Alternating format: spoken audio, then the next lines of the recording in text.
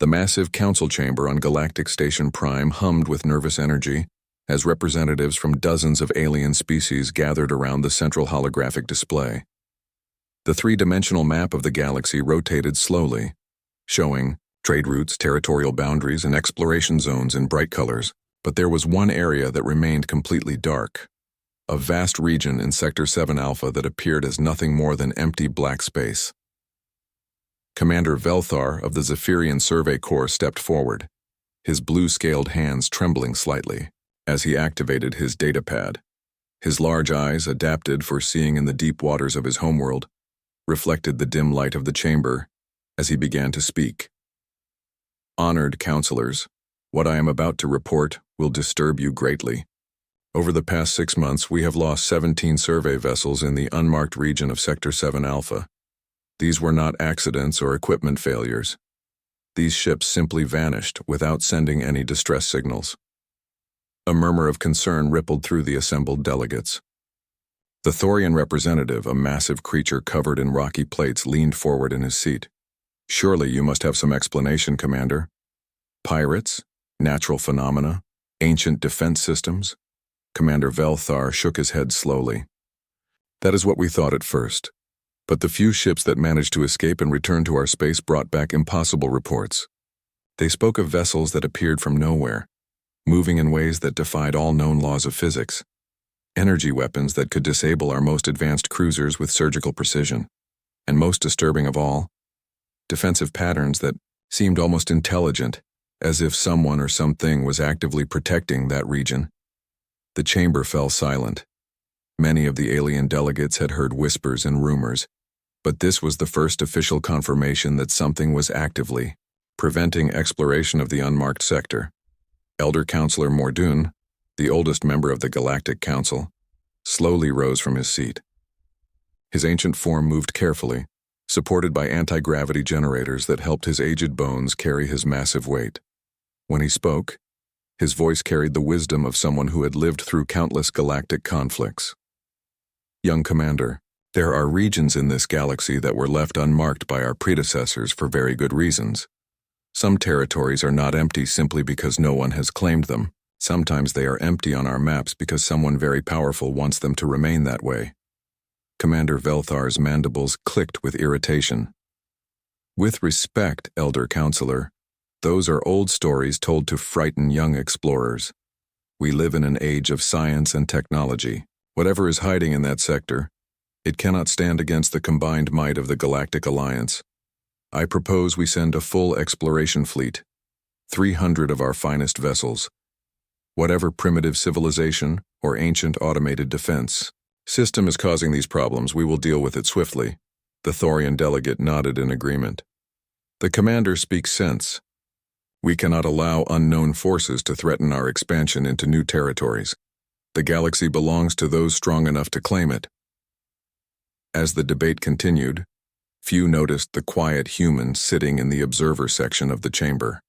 Ambassador Li Hyun had been assigned to the Galactic Council only recently, after humanity had been grudgingly accepted into the Alliance.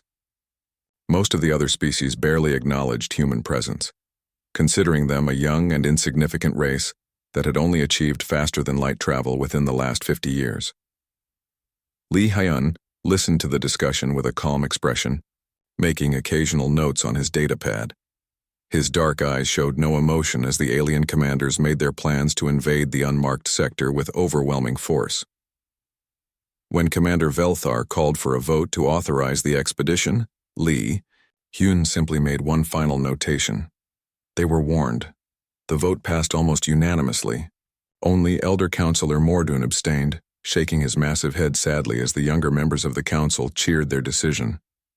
The old counselor had lived long enough to remember when other empty regions had been explored by overconfident military forces. The results had not been pleasant. As the council session ended and the various delegates began filing out of the chamber, Commander Velthar approached Ambassador Li Hyun with a condescending smile. Human, your species is still new to galactic politics, so perhaps you do not understand the significance of what we have decided today. The Galactic Alliance is about to claim new territory and resources. If your people wish to share in the Benefits: I suggest you contribute some of your primitive vessels to our expedition. Li Hyun looked up at the towering alien commander and smiled politely. Thank you for the offer, Commander, but I think humanity will decline to participate in this particular venture. Commander Velthar laughed, a harsh sound that echoed through the nearly empty chamber. As you wish, more glory and profit for the real military powers of the galaxy. As the Zephyrian commander walked away, Li Hyun quietly activated his communication device and sent a single encoded message to Earth Command. The Alliance has decided to test our boundaries. Recommend we prepare a proper welcome for our guests.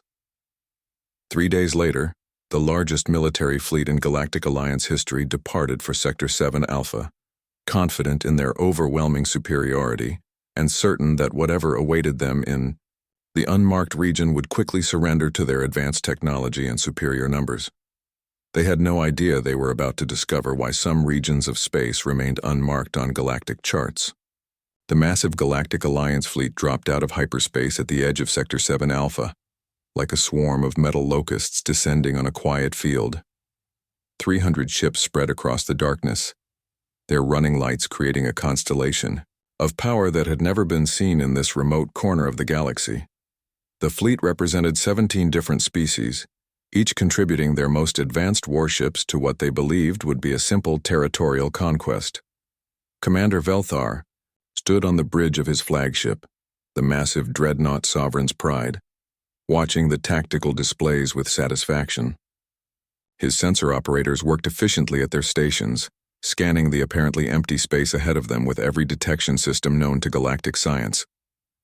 "Report," Velthar commanded, his blue-scaled hands clasped behind his back as he studied the holographic displays. "Sector appears completely uninhabited, Commander," replied his chief science officer, a thin creature with 4 arms that moved rapidly across multiple control panels. "No energy signatures detected, no planetary civilizations, no space stations or orbital installations.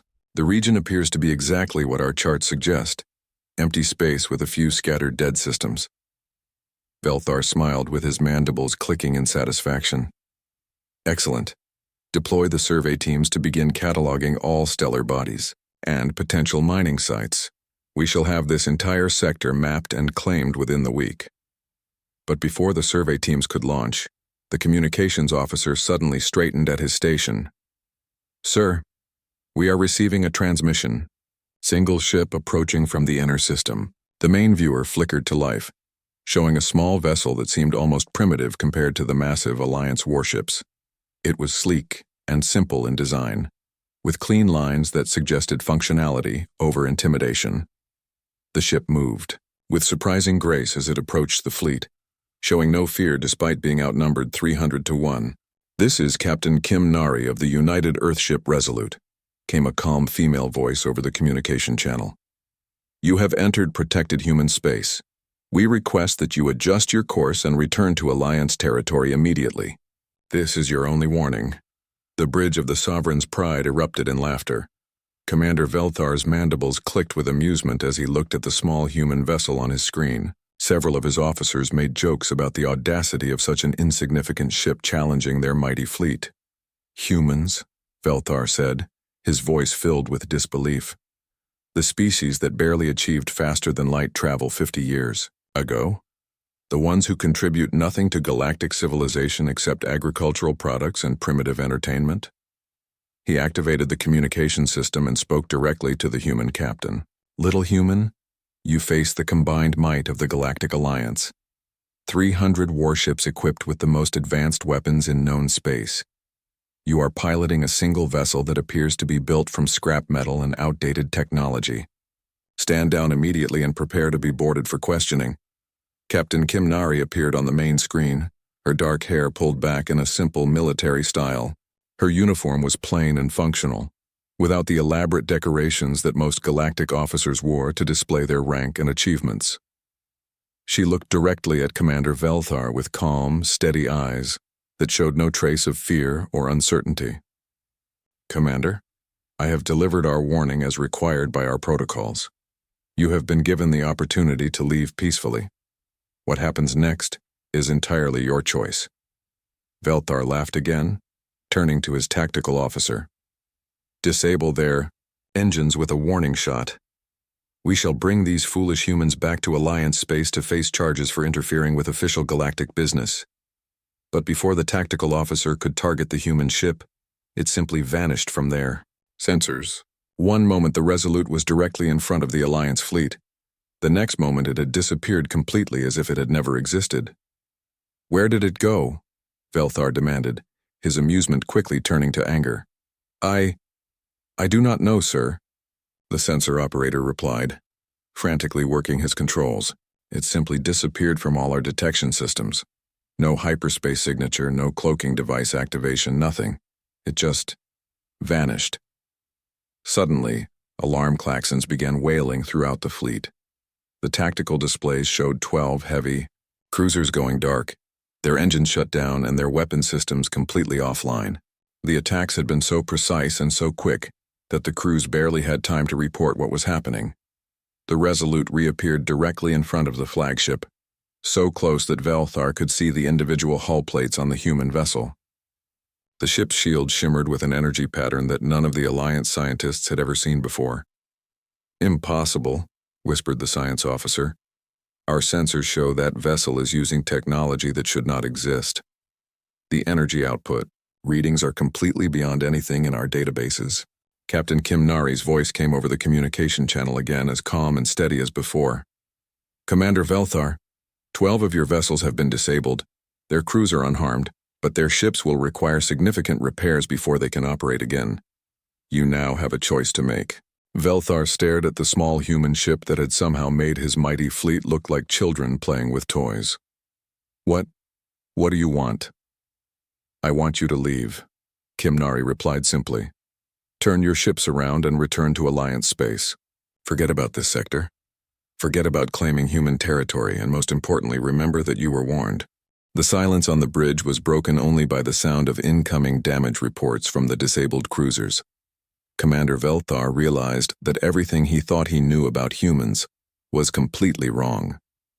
Commander Velthar stared at the small, human ship floating in front of his massive fleet, his mind struggling to understand what had just happened. 12 of his best cruisers had been disabled in seconds by weapons he could not even detect, but his pride would not allow him to retreat in the face of what he still believed was just one primitive vessel. "All ships advance into the sector," he commanded through gritted teeth. "Maintain battle formation. Whatever trick these humans are using, they cannot possibly stand against our full fleet." The 300 ships of the Galactic Alliance moved deeper into human space, their sensors sweeping constantly for any sign of additional vessels. For several minutes, everything appeared normal. The void around them seemed empty, except for a few distant asteroids and what looked like dead moons, orbiting far-off planets. "Sir?" called out the sensor operator, his voice uncertain. "I am detecting some unusual energy readings from those asteroid fields ahead of us."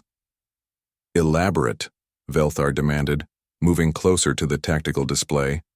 "The asteroids appear to be moving in formation, and there are massive energy signatures coming from inside them. This does not match any natural phenomenon in our databases." As the Alliance fleet watched in growing amazement, the asteroid field began to change.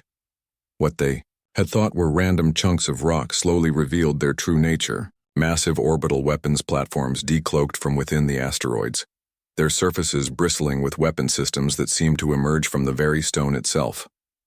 "By the ancient waters," whispered the Zephyrian science officer. "Those are not asteroids at all. They are completely artificial constructs designed to look like natural space debris." But that was only the beginning. The dead moons in the distance suddenly came alive with activity. Their gray surfaces split open like flower petals, revealing enormous space stations hidden inside. These stations were unlike anything in the galactic databases: sleek, advanced, and clearly built for both defense and long-term habitation. "How is this possible?" Velthar asked, his voice barely above a whisper. "Our long-range surveys showed this entire sector was uninhabited. There were no signs of advanced civilization, no energy signatures, no communication signals. The answer came as more and more human installations revealed themselves, Space itself seemed to ripple and distort as massive stealth fields dropped throughout the sector. What had appeared to be empty void was actually filled with a defensive network, so sophisticated that it had remained completely invisible to Alliance sensors. Admiral Park Jun-ho's voice suddenly echoed across all communication frequencies, calm and professional despite the overwhelming display of power surrounding the Alliance fleet. His image appeared on every screen, showing a middle-aged human with graying hair and tired eyes that had seen too much of war. "Welcome to humanity's real space, Commander Velthar," Admiral Park said, his hands folded calmly behind his back.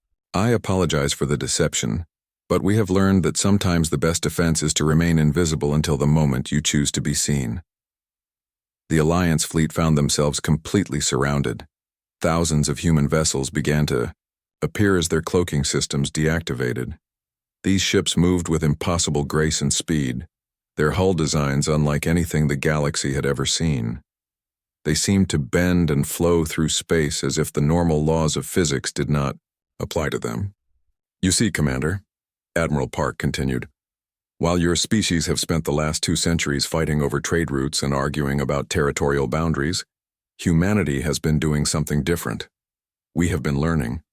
We have been building. And most importantly, we have been preparing." Velthar's tactical officer worked frantically at his station, trying to get weapons locks on the human vessels.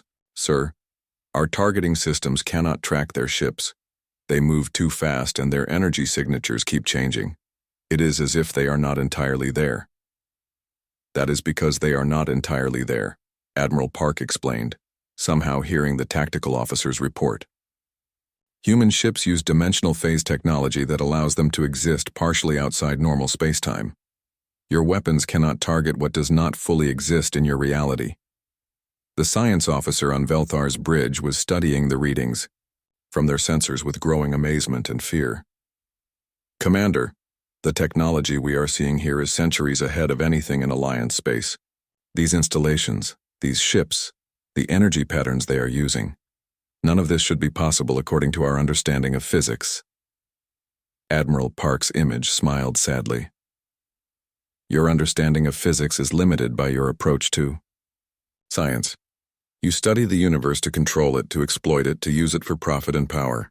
Humanity studied the universe to understand it, to work with it, to become part of it. The results speak for themselves." As if to demonstrate his point, the very fabric of space around the Alliance fleet began to change.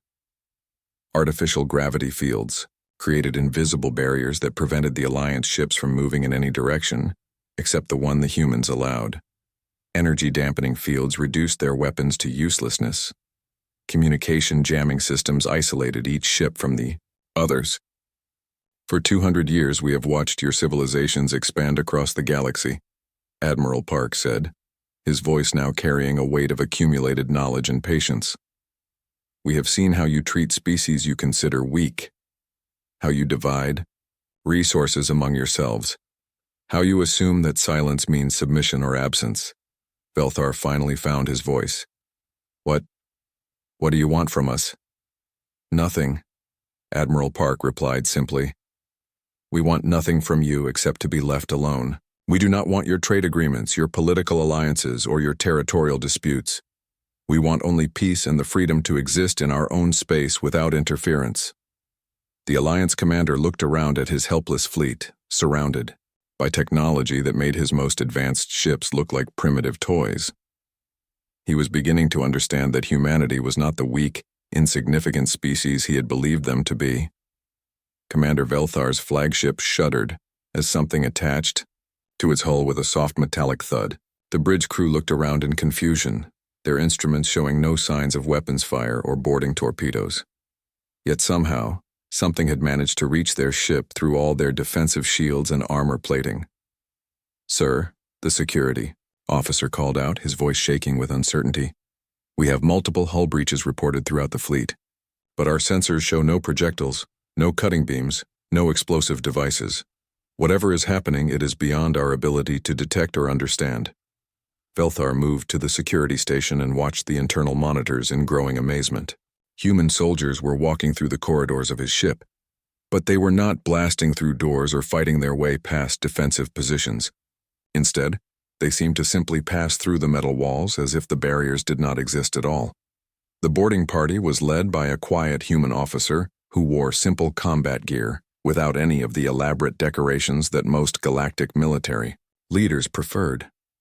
Colonel Choi Min-ho moved through the ship with calm efficiency, his soldiers following behind him in perfect formation. They disabled security systems with touches that seemed almost gentle, and they avoided harming any of the crew members they encountered. "Impossible," whispered the science officer as he watched the humans work. "They are walking through solid metal as if it were air. No known technology can allow organic beings to phase through matter like this." The ship's defensive systems tried to respond to the intruders, but the automated weapons simply could not target the human soldiers. Every time a security turret tried to fire, the humans would shift slightly and become transparent to the weapons' targeting sensors. It was as if they existed in the same space but in a different reality. Colonel Choi reached the bridge without encountering any real resistance.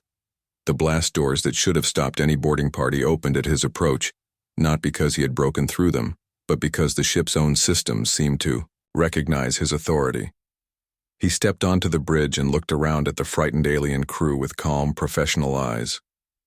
"Your weapon systems are now offline," he announced in a quiet voice that somehow carried more authority than any shouting commander. "Your engines have been disabled. Your communication systems are under our control.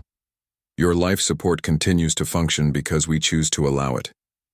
Velthar stepped forward, trying to maintain some dignity despite the hopeless situation. "What do you want from us, human? Name your terms for surrender." Colonel Choi studied the alien commander for a moment before answering. "We do not want your surrender, Commander.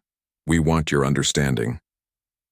The main screen flickered to life, showing Admiral Park Jun-ho standing on the bridge of his command ship. Behind him, holographic displays showed the complete status of the Wo Alliance fleet. Every single vessel had been boarded and disabled in the same precise, bloodless manner. Not one ship had been destroyed, but every weapon system had been neutralized. "Commander Velthar," Admiral Park said, his voice carrying the weight of someone who had seen too many unnecessary conflicts. "For the past 2 centuries, humanity has watched your species expand across the galaxy. We have observed how you interact with civilizations you consider weak or primitive. We have seen how you divide territory among yourselves based on military strength rather than mutual respect." The Admiral gestured to the tactical displays showing the disabled Alliance fleet. "Today, you have learned something that many powerful civilizations throughout history have discovered too late. The loudest voices in any room rarely belong to the strongest people present. The truly dangerous ones are often those who choose to remain silent until they are forced to speak." Velthar looked around his bridge at the human soldiers who stood quietly at their positions, not threatening anyone but clearly in complete control of the situation. "What are you saying? That humanity has been secretly more advanced than the rest of the galaxy all along?" "Not more advanced," Admiral Park corrected. "Differently advanced. While your species focused on building bigger weapons and faster ships for conquest and trade, humanity focused on understanding the fundamental nature of reality itself. We learned to work with the universe rather than simply trying to dominate." Colonel Choi stepped closer to the Alliance commander, his calm demeanor somehow more intimidating than any angry warrior. "Your mistake, Commander, was assuming that silence meant weakness. You believed that because humans did not boast about our capabilities or threaten our neighbors, we must be inferior to species that make more noise." The Admiral's image leaned forward on the screen. "The region you attempted to invade has been human sovereign territory for over 200 years. We marked it as empty on your charts not because we were hiding from you, but because we were protecting you from the temptation to test our boundaries." "Protecting us?" Velthar asked, confusion clear in his voice. "Yes," Admiral Park replied sadly. "We hoped that if you believed the sector was empty, you would simply ignore it and focus your expansion efforts elsewhere. We have no desire for conflict with any galactic civilization, but we also have no intention of allowing anyone to take what belongs to us." Colonel Choi activated a device on his wrist, and throughout the Alliance fleet, the human boarding parties began to withdraw. They moved through the ships with the same ghostly efficiency they had shown when arriving, leaving behind systems that had been carefully disabled, but not destroyed. "You have a choice now, Commander," Admiral Park said as the human soldiers departed. "You can return to Alliance space and report what you have learned here. You can tell your superiors that humanity wishes only to be left alone in our own territory. Or you can attempt to continue this conflict and discover just how much we have been holding back." The weight of that choice settled over Commander Velthar like a heavy blanket, as he realized his fleet was completely at the mercy of beings he had seriously underestimated. The emergency session of the Galactic Council took place in the deepest levels of Station Prime, in chambers that had not been used since the last galaxy-wide crisis centuries ago. The surviving ships of the Alliance expedition had limped back to civilized space 3 days earlier, their crews forever changed by what they had witnessed in human territory. Commander Velthar sat at the witness table, his once proud posture now bent with the weight of defeat and understanding. His scales had lost their bright blue color, turning a dull gray that reflected his shattered confidence. Around him, representatives from dozens of species whispered among themselves, their voices filled with fear and uncertainty. Elder Counselor Morden called the session to order, his ancient voice carrying across the chamber like distant thunder. "We have gathered here to hear Commander Velthar's official report on the expedition to Sector 7 Alpha. Commander, please tell us exactly what happened out there." Velthar rose slowly, his hands trembling as he accessed his datapad. "Honored Counselors, everything we believed about humanity was wrong. They are not a primitive species that recently achieved space travel. They are not weak newcomers to galactic civilization. They are—" He paused, struggling to find the right words. "They are the most advanced military power any of us have ever encountered." A wave of shocked murmurs swept through the chamber. The Thorian representative leaned forward in his massive stone chair. "Commander, surely you exaggerate. 300 of our finest ships against one small human vessel. How could you possibly have been defeated?" "It was not one ship," Velthar replied, his voice barely above a whisper. "It was thousands, an entire sector filled with military installations that our sensors could not detect. Technology that made our most advanced weapons useless. Ships that could phase in and out of reality itself." The chamber fell silent as the implications of his words sank in. If humanity possessed such overwhelming technological superiority, why had they allowed other species to believe they were weak? Why had they not conquered the galaxy already? The answer came from an unexpected source. Ambassador Li Hyun stepped forward from the human delegation section, no longer the quiet observer who had sat in the shadows for years. His simple diplomatic uniform seemed almost plain compared to the elaborate robes and armor worn by other species representatives, but his presence now commanded attention in a way it never had before. "Honored counselors," Li Hyun said, his voice calm and steady. "I believe I can answer the questions that are troubling you. Humanity has never sought to conquer or dominate other species. We have watched galactic civilization for centuries, learning about your cultures, your conflicts, and your approaches to expansion and power." Elder Counselor Mordoon nodded slowly. "And what did you learn from watching us, Ambassador?" "We learned that most galactic conflicts arise from fear and misunderstanding," Li Hyun replied. "Species fight over resources they believe are scarce, claim territories they think others might take, and build weapons to defend against threats that often exist only in their imagination. Humanity chose a different path." Captain Kim Nari materialized as a hologram beside the human ambassador, her image clear and steady, despite being transmitted from deep within human space. She wore the same simple uniform she had worn when facing the Alliance fleet, but now the assembled counselors looked at her with very different eyes. "We isolated ourselves in Sector 7 Alpha not because we were afraid of galactic civilization," Captain Kim explained, "but because we wanted to avoid the endless cycle of expansion, conflict, and domination that seems to consume most spacefaring species. We believed that if we remained hidden and quiet, the galaxy could continue to develop without interference from our technology or our military capabilities." The Zephyrian science minister, who had been studying the reports from the expedition, raised one of his forearms. "But why reveal yourselves now? Why show us your true capabilities? Admiral Park Jun-ho appeared as another hologram, his weathered face showing the fatigue of someone who had hoped never to have this conversation. Because you forced us to reveal ourselves. For 200 years, we left Sector 7 Alpha unmarked on your charts, hoping you would simply ignore it. We avoided all contact with galactic politics, hoping you would forget we existed. But your expedition proved that approach was no longer working. Commander Velthar found his voice again. What do you want from us now? Tribute? Territory? Submission to human authority? Lee Hyun smiled sadly.